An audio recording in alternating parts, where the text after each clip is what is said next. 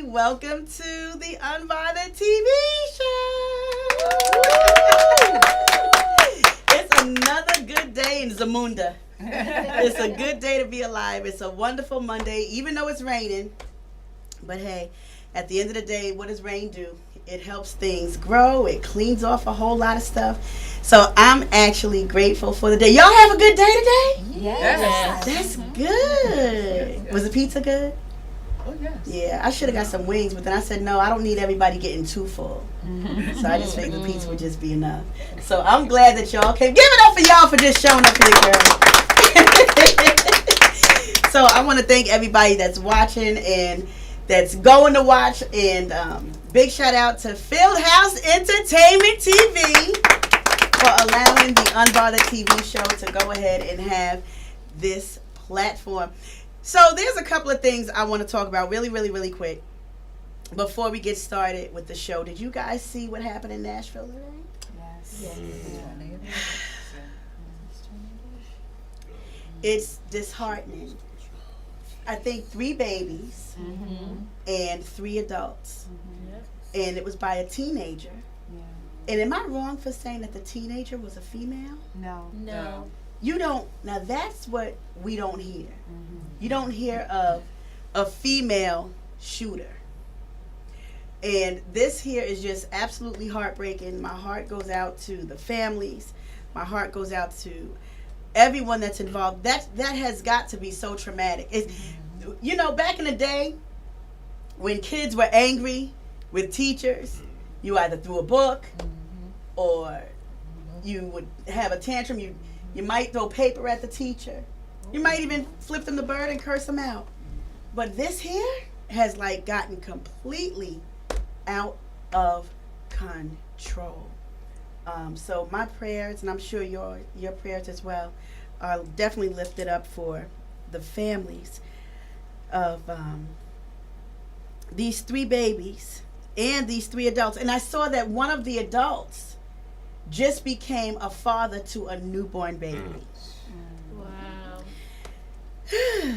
And then of course on Instagram you can see was it a congressman or somebody from the state of Tennessee, his whole family toting rifles and taking a picture holding all these, every last one of them except for the youngest one, holding rifles. The mother had a purple one. And this is what we do. Sean King had it on his page. I love Sean King. I love what he stands for. And so I just thought that was just, it was very interesting to see. It was very traumatic as well. And we just have so much to like legit pray for. We have a lot to pray for, So in the meantime, I want to go ahead, as I normally say, in the meantime and in between time, I would love for us to go ahead. I want to go ahead and support one of my peoples who's a producer. He has this, he and another, I guess a couple of producers, I don't know how they actually do that, but they worked on this gospel girl. Her name is Brianna. And she has this new song that's about to drop. And the song is fire. So I wanted to see if we can go ahead and, hey DJ, can you play that song? And see if we can get Brianna's song out. There it is.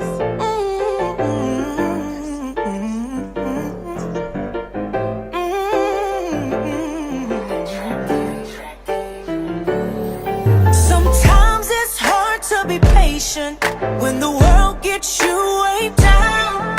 Every day I'm trying to stand on my faith, but it seems the answers can't be found. Yes, but I will wait. I am so excited for that song to drop. I'm looking forward to it.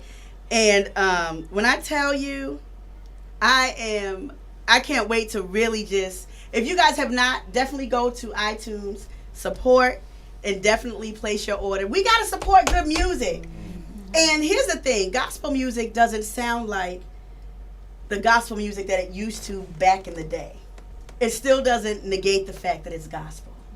It's just we're in a different generation. The one thing I can honestly say about Jesus, the message doesn't change, but the method does. And so big shout out to her, and I hope that she just takes it straight to the top. The song's called I'll Wait. I Will Wait. So I want you guys to go out and make sure you support that song. So I wanted to talk about a couple of things tonight. Y'all better be praying for your girl. Tonight, y'all praying? And we got the minister in the house. I said to him, you ain't bring your tambourine? Y'all, so I wanted to talk tonight. I had an amazing conversation with someone yesterday. Absolutely amazing. And I actually got a chance to be very candid about some things concerning my own personal life. And I usually don't open up about my own personal life because I keep that stuff to myself. I don't share certain things. But if you notice, I don't run my mouth about other people's business either. So it's not like I just don't share mine and I run off with everybody else's stuff. No. We talked about so much, and it brought me back today to a place of sometimes we could be around so many people that we're comfortable with, but in the midst of that comfortability is a level of toxic behavior. And something that Minister Elijah had said to me years ago, was it about 2 years ago, 3 years ago, that comfortability is a demon. I'll never forget that as long as I live. He said, if I don't remember nothing else that you have ever said in my life, he said that comfortability is a demon. And so I have looked at what I do, what am I around, what have I tolerated, who have I accepted. And I'm going to be honest with you, I have issues letting go because I know what it's like to deal with rejection. I know what it's like to deal with abandonment. So even when I'm holding on, dealing with something that I know might not be good, it's because of, if I do let it go, knowing that this is going to happen or it could possibly be better, but if I let it go, then there's that space of abandonment. And so I wanted to talk tonight about to be or not to be toxic. Just that simple. To be or not to be toxic. And how we look at people and their behaviors and to stop making legit excuses for them. I had said a few weeks ago, and I've gotten to the point of actually just saying it now, that I have no problem giving anybody the benefit of the doubt. But what I'm not going to do is moving forward in life is allowing the benefit of the doubt to become excuses. There's a difference. You can give anybody the benefit of the doubt. But when you start allowing that benefit of the doubt to turn into excuses, that's where it becomes dangerous. So when you think about toxic behavior, when you think about toxic friends, when you think about toxic family, and even when you think about toxic relationships, a lot of times when you think about the history dynamic of our families, everything is what happens in the house stays in the house. We don't talk about who touched who. We don't talk about daddy beating mama. We don't talk about we saw this one running around with that one. These are things that we've always just kept in the house. And then the generation below that witnesses this ends up emulating the same behaviors. So is there a such thing that can be done to break the cycle of toxic behaviors and toxic ways? And so I wanted to talk about that tonight, and I wanted to get y'all feedback on when do we draw the line where people can no longer have access to you, me, the things that are attached to me, the lifestyle that we bring to them to make them comfortable. What do we do to cut these things off and not feel bad about it? because sometimes you could be in something so long that when it's time to cut it off, when you know you need to cut it off, we don't, because we feel like, well, if I do cut it off, I feel bad. What's going to happen with them now? What if they still need me? What if this? I have been there.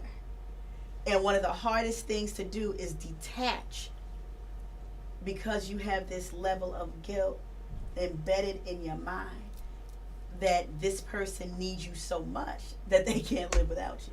And they know how to use that.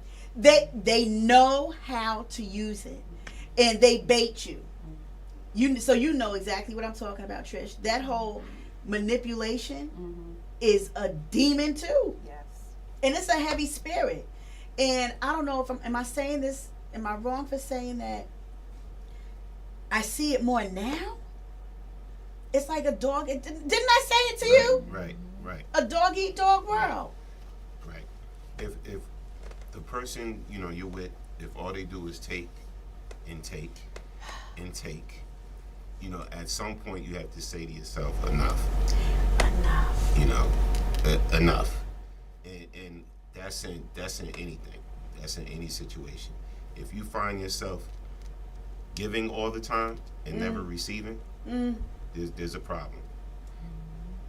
If you find yourself giving all the time and never receiving, that's a problem.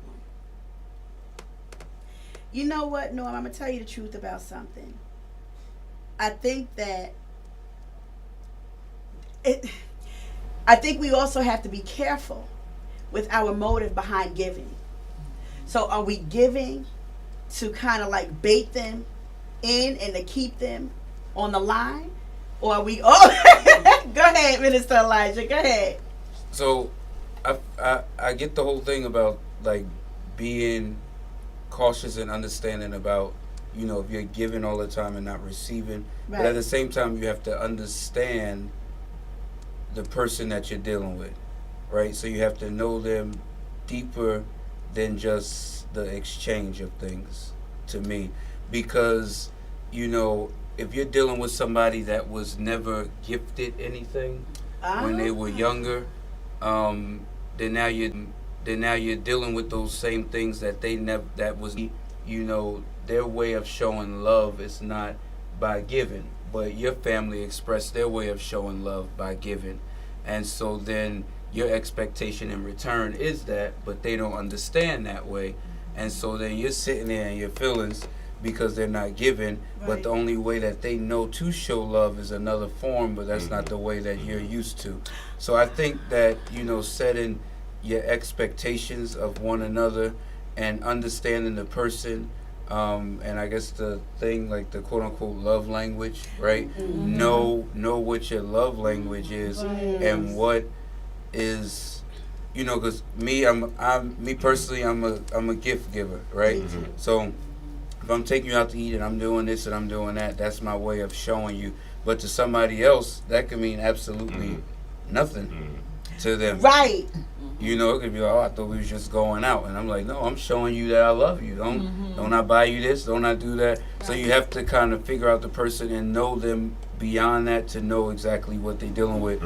And not to take it like into church, but sometimes we do that with people even in church. You know, we put godly expectations on people that are new to Christ. And so we put this high expectation on people that have no idea. So all my life, I've never known what love was. I came from a broken family. My parents were never married. And then now I meet somebody that I like, and now you have this expectation that this is what love is, and I can't meet that because I was never shown that. Right.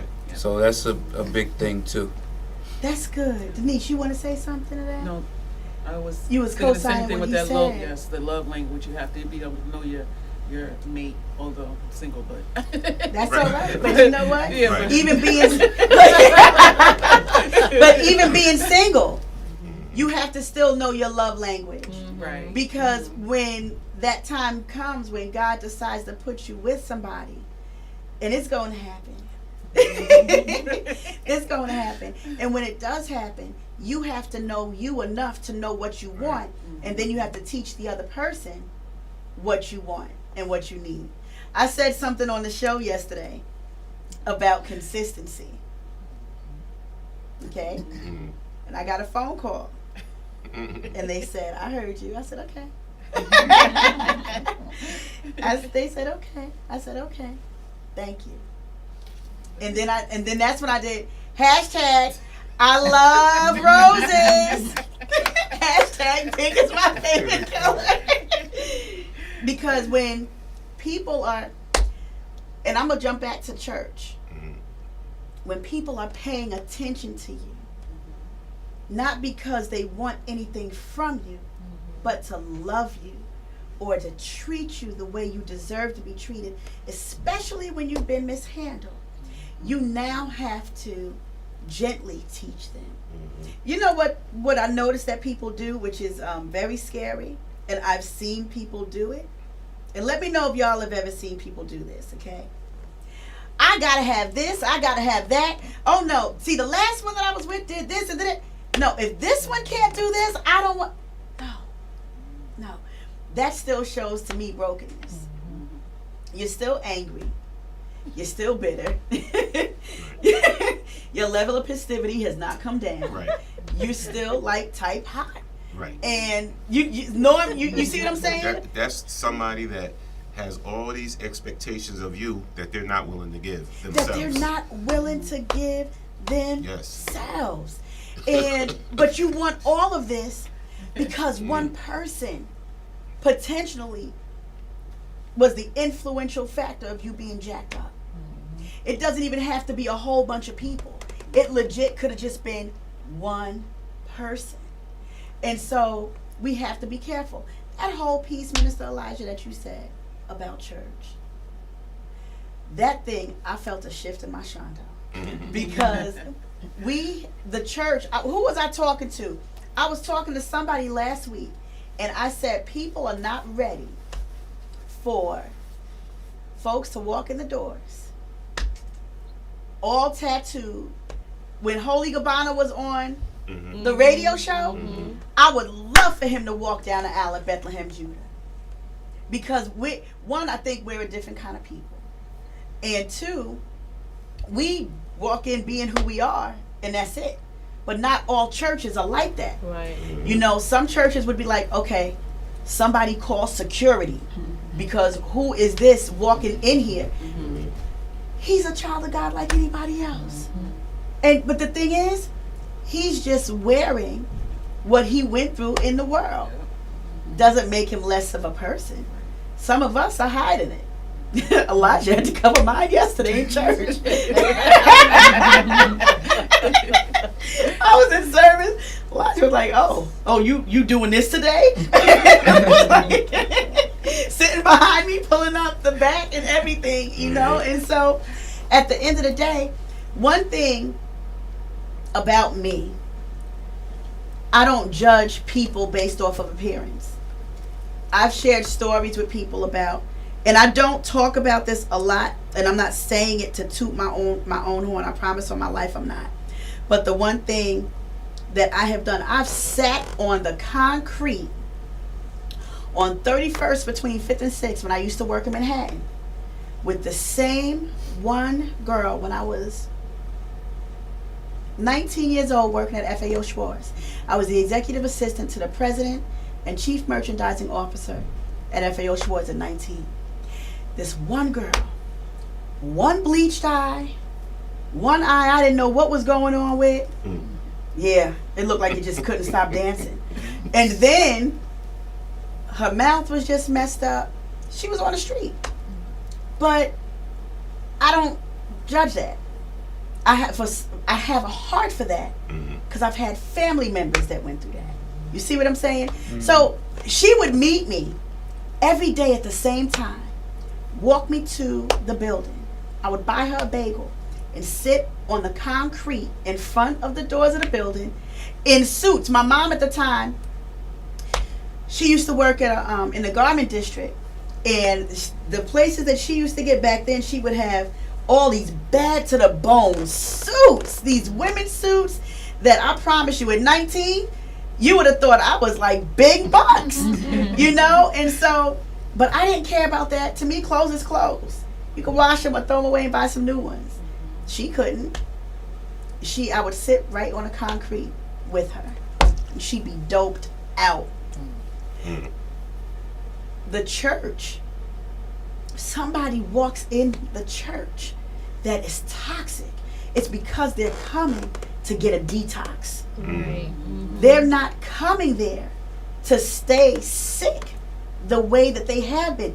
If we, the body of Christ, can't do that, where else can they actually go?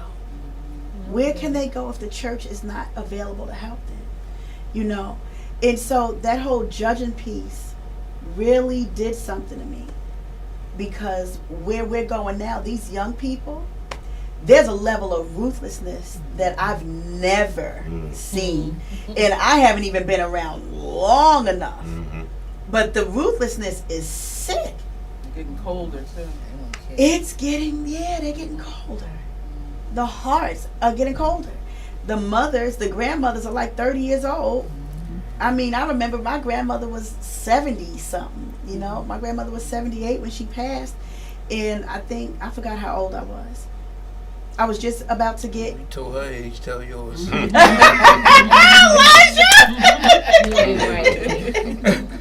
Yeah, that part. I'm not doing this with you. I can't remember how old I was. But to think about the level of respect that I had for my elders, the people around me, at the end of the day, even when there were people that I did have toxic people around me, I still had enough people around me to pull me out, to say, just keep your eyes open. You don't have to be around this person, or you don't have to be like this person. But like I posted earlier today on Facebook, we have decisions, we have choices. And so some people just get dealt a bad hand. It's not God dealing them a bad hand, but sometimes life just be lifing. You know what I'm saying? And we still have to try to come together to figure out ways to find healthy, strategies, to have a healthy, balanced life. To have a healthy, balanced life. When you guys think about relationships being toxic, what do you think about, when you think about toxic relationships, what's the first thing that comes to your mind? Is it family, friends, or relationships like a boo or something like that? I think it's both. It could be both. It could be relationship, and it could be friends too. Cause I know I've had a couple of toxic relationships, and I heard Norm say, he made his comment, but sometimes when you give, a real giver never looks for anything in return. Right. A real giver never ever looks for anything in return. When you're in a relationship, whether it's a friend, whether it's a boo, it's a bae, or even family, when you do something from your heart, you just doing it. Right. You're not looking for nothing in return. But some people, they have this thing where when they do something, it's like, I have to show people this is what I can do. And I've been in that kind of relationship, and we were close for a very long time, and something personal happened, very close, and I had to be like, you know what, I'm done. I just straight went cold turkey. No phone call, no texting, no nothing. How did you feel after that? Did that weigh on your mind? Hey, Mother E said, hey, my family. It did weigh on my mind, because I wondered, like, why did it take so long for you to do that? There were signs there, but when you love somebody, you don't really be paying attention to the signs. The red Vanna? flags are there, but you don't pay attention to the red flags. Or we pay attention to them. I'm just gonna be honest. Right, I've and we ignored just them. right. True, I'm that's not true. gonna lie. I have had red flags smacking me in the face, And you and just I've ignore ignored them. it. I was just talking about on Mother E's radio show. Red I to told white. them, yeah, my cousin, always talking about relationships, clearly said that we have got to stop switching out red flags for white flags. Yeah. I will never forget that. If I never remember anything else again from her, that's the one thing that I'm going to remember, is that we cannot exchange our red flags for white flags. Trying to make excuses for people when they are toxic, they are dangerous, they mean us no good, they don't care about our feelings, they don't care about our emotions. You could shed a tear and they'll look you in the face and be like, what you crying for? Right. Absolutely. What you crying for? They have no sympathy, no None. empathy. Yeah, no empathy. You know, No and it's, empathy. and it's terrible. It's really terrible. You know, and after I cut it off, I was all right with it. You know, I did wrestle a little bit, you know, about it, because I was like, you know, we've been together for so long, like, you know, some things happen, and you know, you want to pick up the phone and call this person. But now I'm like, okay, whatever. You know, I just recently ran into another toxic person that I cut off. And they was like, oh my God, I still love you. Come and see me. And in the back of my head, I was like, for what? For daggone what? For what?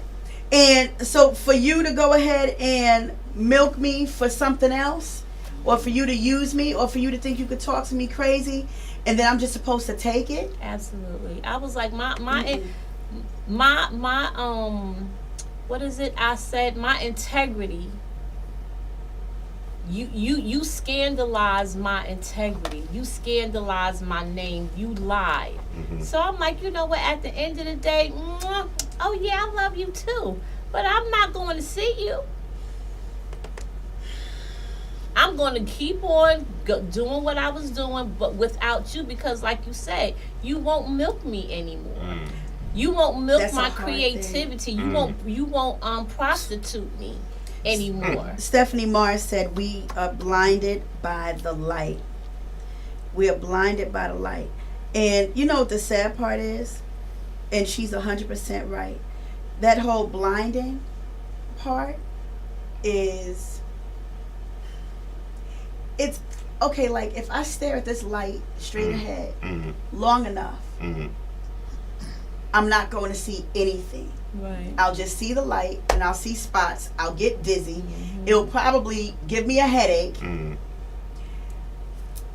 that's how people are. It's the truth. It's true. When we know that something is can potentially damage a part of us, we're like, I can look past it. Even though there's a light bulb in the middle, I'm looking around everything around the light bulb, which is a background, is something else. And in the midst of that, that light is like killing my eye right now. But you want it because it's shiny. It's shiny. It's shiny and it's Yeah. bright. I'm glad it's Right. not pink. What they say? Lucifer look good. Lucifer You're was right. attractive. But you know what the funny thing is? And that's the truth. And that's why he was called the angel of light. Right. Yeah.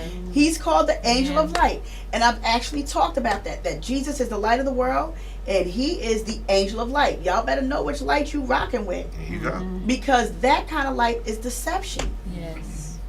It's deceptive. It's manipulative. It's like a chameleon. It changes. One moment it loves you, the next moment it hates you. And so what do we do to? You said you went cold turkey. So Cold you had turkey. to get to the place of being, how do they say, sick and tired of being sick and tired. Yeah. Go ahead, Absolutely. Minister Elijah. But also to me in that too, I feel like as the individual, you also have to take accountability as well. Ah. Because a lot of times, you know, what we attract and what we're attracted to is what keeps us single, right? And what keeps us disappointed. So then we have to self-evaluate ourselves to say, well, why am I always you know, drawn to these particular Right, people. type of You know, Ooh. why? What am I doing? What am I portraying? What characteristics am I carrying? What am I vulnerable to? You know, as a person, as an individual, and then also, you know, when I get into this relationship, whether it's a friendship or if it's a relationship or talking or a boo or whatever you want to call it, like what characteristics do I have or what am I bringing that attracts me to this kind, you know? Because just as well as they're coming to the table dealing with things, such as everybody in life, you're coming to the table dealing with things, you know, as well. So I feel like the biggest characteristic of a toxic relationship would be someone that doesn't really genuinely have compassion or understanding. They lack empathy. You know, it's they really see it one way and one way only. Right. And sometimes when you get two people that see it that way, then the relationship won't work. Whether it's a friendship, a marriage, or whatever the case may be, like it just won't work. Kind of got to come together and be able to meet halfway and make it work if you want to make it work. So I think sometimes too, you know, what we bring to the table keeps us single, and keeps us in these toxic relationships because of our characteristics that we also, you know, possess. And then we look to the other person, just like they're looking for a good person and this perfect person that's in their head. You're looking for this perfect person, and nobody kind of wants to bend. No one wants to bend, and no one wants to do the rescuing. No one wants to do the rescuing because it's like, well, what if I do rescue this person and I end up going through the same thing that I went through before? And you know what, to spin off what Minister Elijah was saying too, like attracts like. Yeah. So if you're conversing with, you know, a person, it's like a mirror to who you are, you know, and you have to be able to heal yourself to be able to overcome the challenges or the deficiencies, I would say, but in a better way. But you know, the person who you have this relationship with, if you're a healed person, then you should be able to not associate or have that relationship with that person. You know, but if y'all in a toxic relationship, is because you're all feeding off the same kind of energy, y'all in the same kind of headspace or whatever, you know. And That's good. and your negatives attract too. Right. Yeah. You know, because sometimes you'll wonder why certain people connect. You know, and you be like, well, how they friends?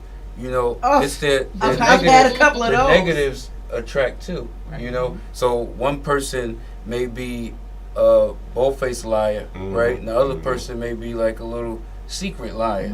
And so you be wondering why they connect. Well, 'cause they both liars. They both lie. But one of them, Devils. but one of them is like devils, right? So the like devils connect, and so you have to be careful of that too, because even though yours is, you know, painted this way and mine is painted this way, it's still, it is what it is. Right. And so what you were saying, like, it's true. Just like your likes connect, you know, your That's devils super. connect as well too. Yeah, that's super good. I never would have thought about the likes connecting. That is super duper good. Like-minded Yeah. individuals, like-minded. Yeah. Yeah, but it's a dangerous. Stephanie Power Morris up. said, yes, Minister Elijah, we stay in a comfort zone of characteristics. That was really good. We stay in a comfort zone of characteristics. And you know what's scary about that? Because the characteristics that we look for and that people present, just because they present it, doesn't mean that they possess it. So they'll present it based on what they just know how to show you, but it's not right. But it's not something that's embedded in them to maintain. And so I think that can be a dangerous thing when you say, "Oh, I think we have something in common." But then when you really get down to the nitty gritty behind the surface, that's another thing. Nobody wants to go behind the surface. Nobody wants to ask questions. Nobody wants to try to find out if a person is really the way that we might think that they are. I posted the other day on Facebook, you know, people that play roles eventually forget their lines. And so you got to That's really true, pay that's true. attention because That's true. people can only fake it, but for so long. Right. People can only fake it, but for so long. That's very interesting. That is very interesting. You know what? Mother E says something Mhm.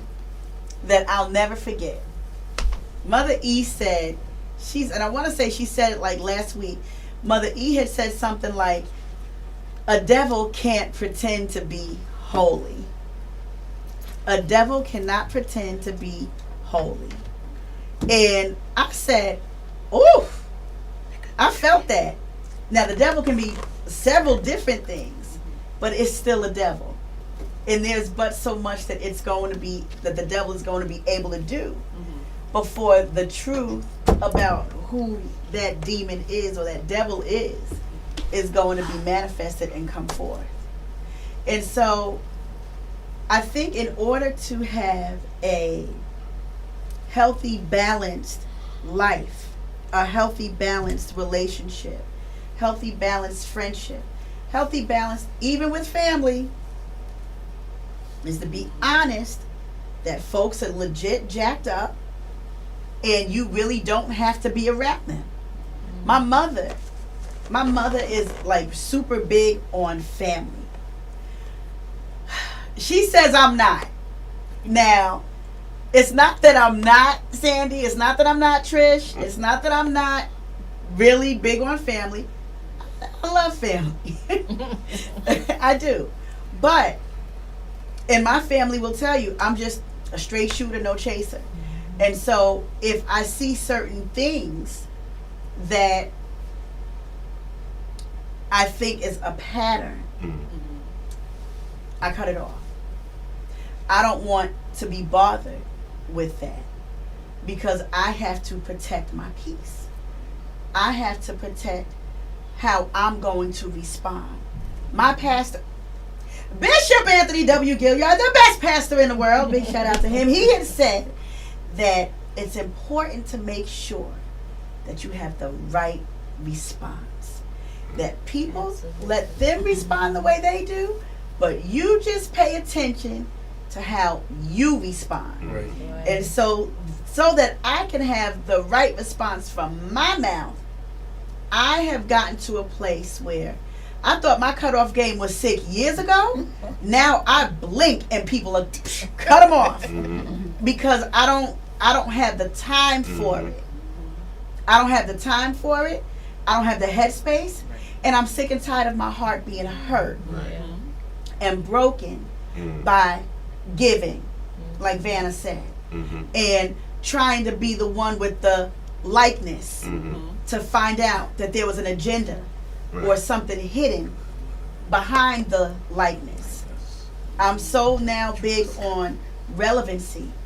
And oh Lord, here go mommy. Look, you know what? Can y'all tell my mother to log off? I told my mother a while ago, you know, I don't think she should even have a Facebook page. She said, are you kidding me? My posse needs me. My peeps need me. I'm like, what peeps and what posse? My mom said, you don't like us. Tell the truth from your mom.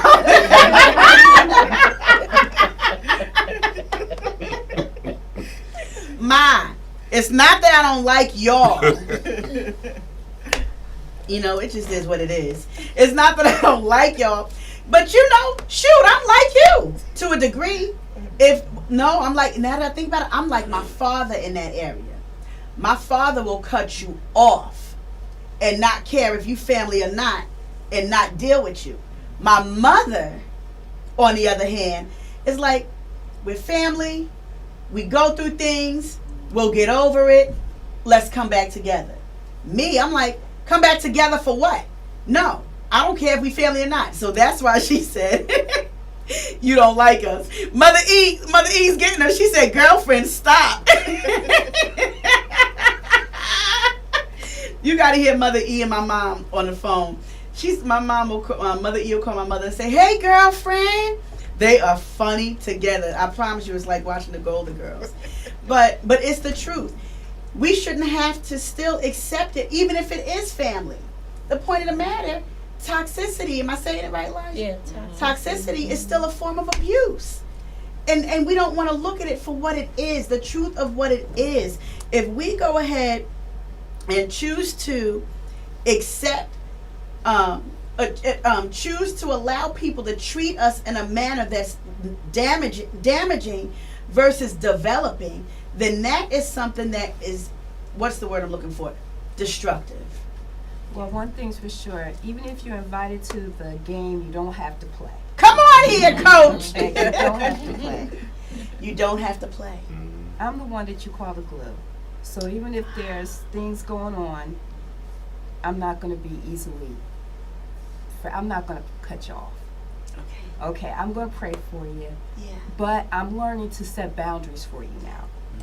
Okay? So no, I'm not going there with you. And I know I'm learning to speak truth to it. Yeah. So I'm not going to just pat you on the back and tell you it's okay. No, you were out of pocket. That wasn't the way it needed to go. I'm not going to participate with you on this, and this. But if you need me here, I'm here. But and I can get with that.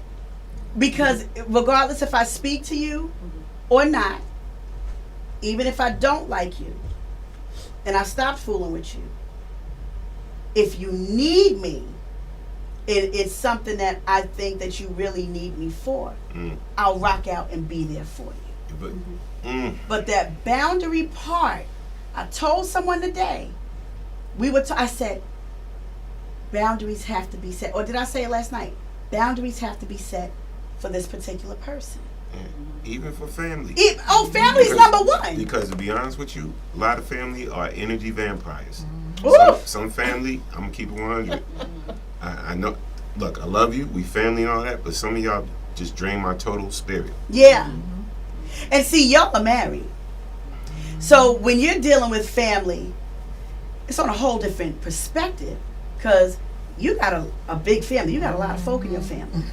And when you're married, at the end of the day, and you got brothers, at the end of the day, there's a compromise that has to be there even when you don't want to, for the sake of love and the marriage and respect of who she is to you and you are to her.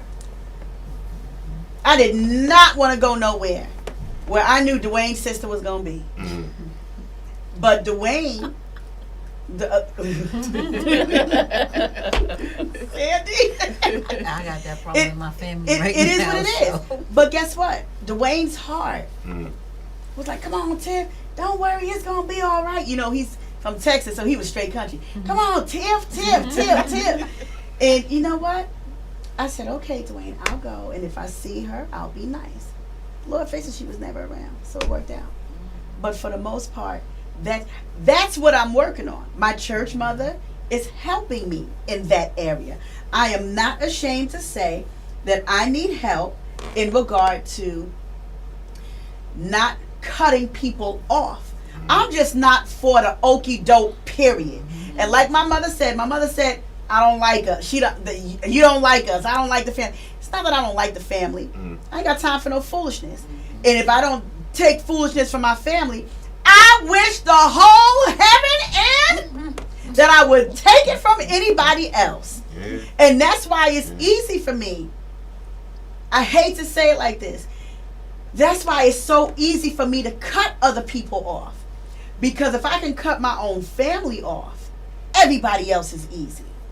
If I'm cutting people off because they have hurt me, or they've done things to me, or they've lied to me, and I've gotten a glimpse of how toxic they are. Because here's the thing, and I love what Trish said, boundaries. But you know what, Trish, can I be honest with you? And I'm going to be honest with all of y'all. And y'all jump in like you've been doing. At the end of the day, when there's a sickness, you work in the medical field, doc.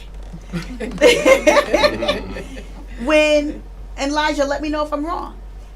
When there's a sickness like a cancer, if the cancer is not either treated or killed off, what happens? The cancer spreads. And when the cancer spreads, it doesn't just spread next door to the one part or next to the left. It spreads throughout possibly the whole body. and then the whole body gets sick and infected with this disease. And I'm gonna let you go. And with this disease, and then by the time you do try to treat it, it's too late. Mm-hmm. So with that, I really agree that it would have to be, for me, I feel like I'm a boundary type of person, I guess, when it comes to that aspect. Not so much of cutting somebody off completely, but once you begin to notice things and different characteristics that people have and what they start to bring to the table, whatever the case may be, I feel like boundary setting is important, to the point where as I've grown, I've learned to somewhat set boundaries initially. You know, so that halfway through I'm not getting disappointed and you're not getting disappointed. Right. And also, you know, not setting my expectations of people so high. Not where I'm you know, lowering my standards, but not setting my expectations so high of people, because the higher the expectation, the more prone it will be for disappointment. And so if our expectations are here and they're there, then we good, you know, because like you know, like Tiff, I got a couple people that I know that's like Tiff. Tiff is one of the people that I know that's Tiff, right? So I you know, that's not me. You know, I'm not the type of person to cuss. Like, it takes me, I'm the type of person that takes me a couple things for you to do before I get to that point to kind of say, okay, like, you know, I'm done. But at the end of the day, deep down inside, I know, like, if the person ever need me for something or whatever the case may be, like, I'm gonna be there, you know. So the it's like, I think it's just mainly like, you know, letting people know initially, what's your expectation of me, and let me tell you what's my expectation of you, and let's start there. And then if anybody start getting a little crazy, then we revisit what we said, and then we need to set more boundaries because you overstepped them, or you know, you're underproducing what you said that you were going to be doing. Right. That's good. Yeah. That's good. I'm at a point in my life now, I just accept people for who they are. That's where I'm at now. That's where I'm getting. Like I accept people, like, you know, where I used to argue and we gonna go back and forth. Nope.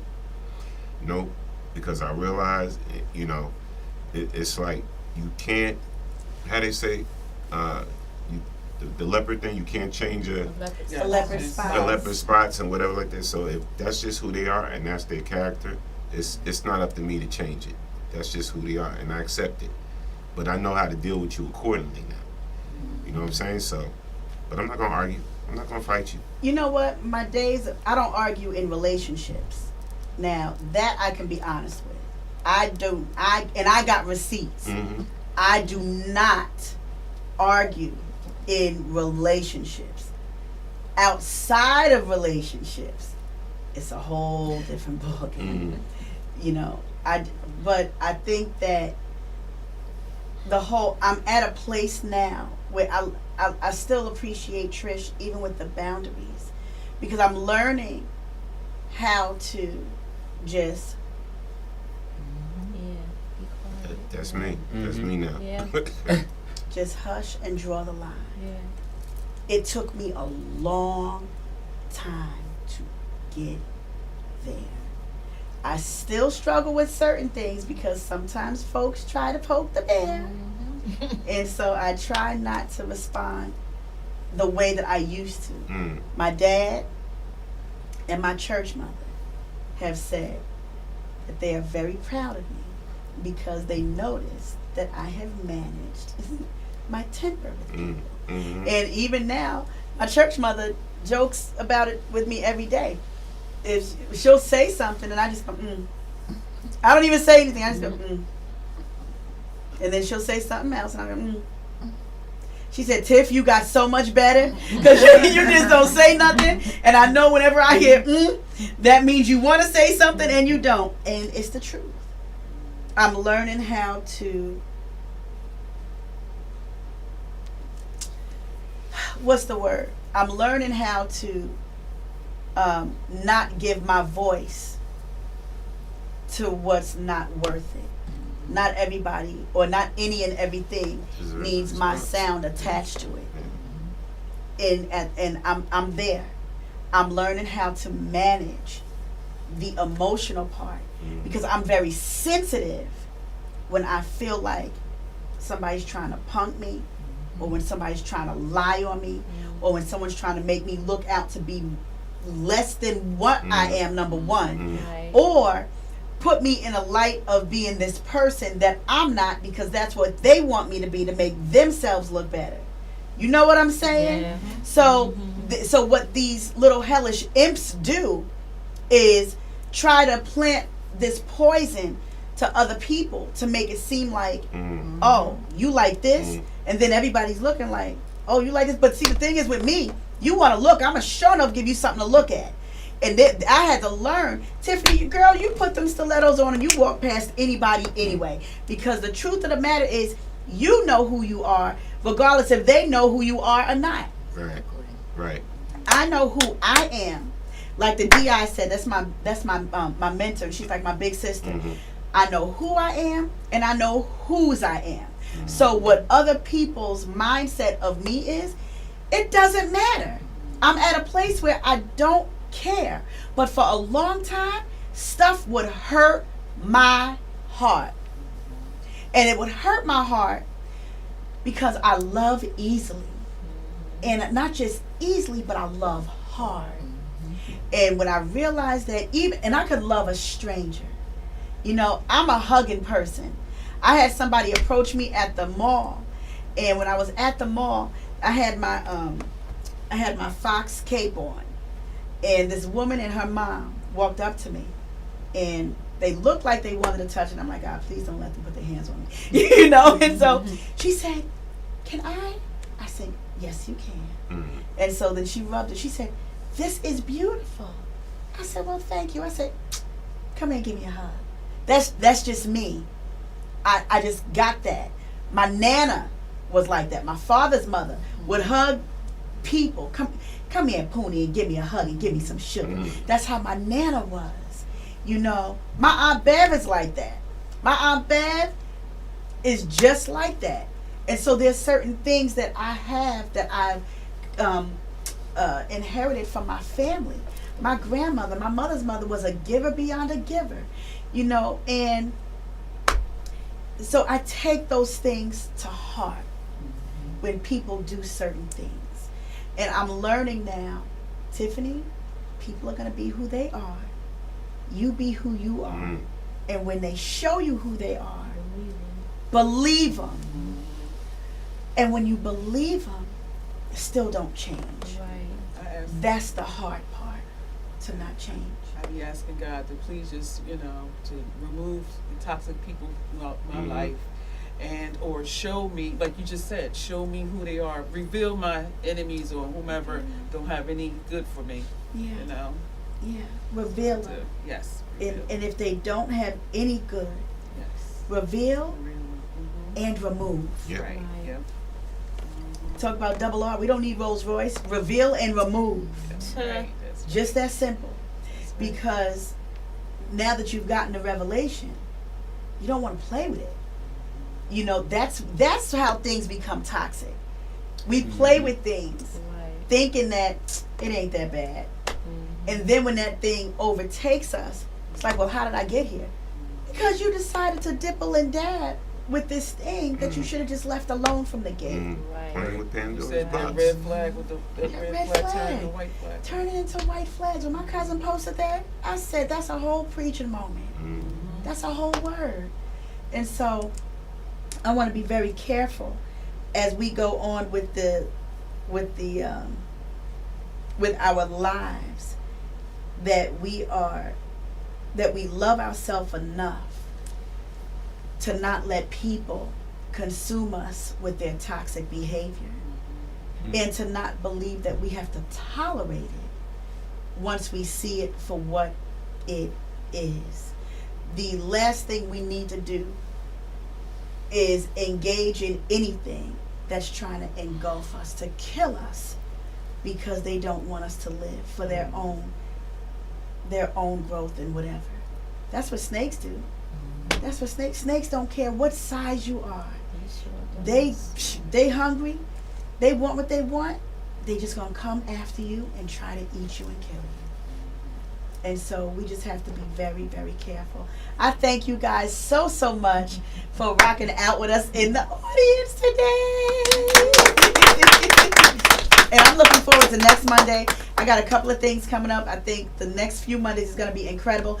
If anybody is watching and you are interested in advertising, holla at me. If you're interested in vending, holla at me. And just to put it out there, because we're talking about toxic people, when it comes to vending or advertising, please keep in mind that I do have the right to refuse. In Jesus' name, I do. Because what I'm not going to do is amen. Miss me with that. I have the right to refuse. And so don't get offended, but God's timing is strategic.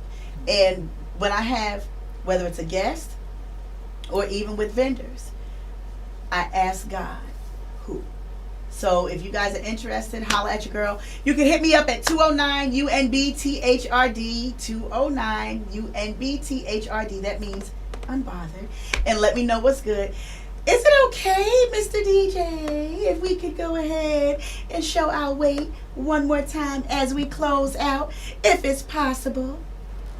Let's see if we get that song spinning. Hey!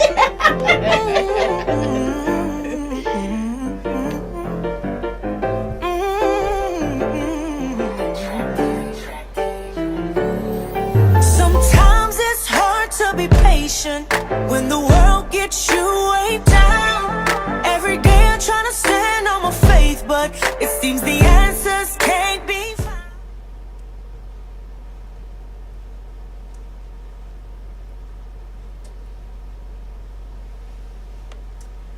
Thank you, guys. All right, y'all. Who wants the rest of the pizza? Woo! I am tired. Van.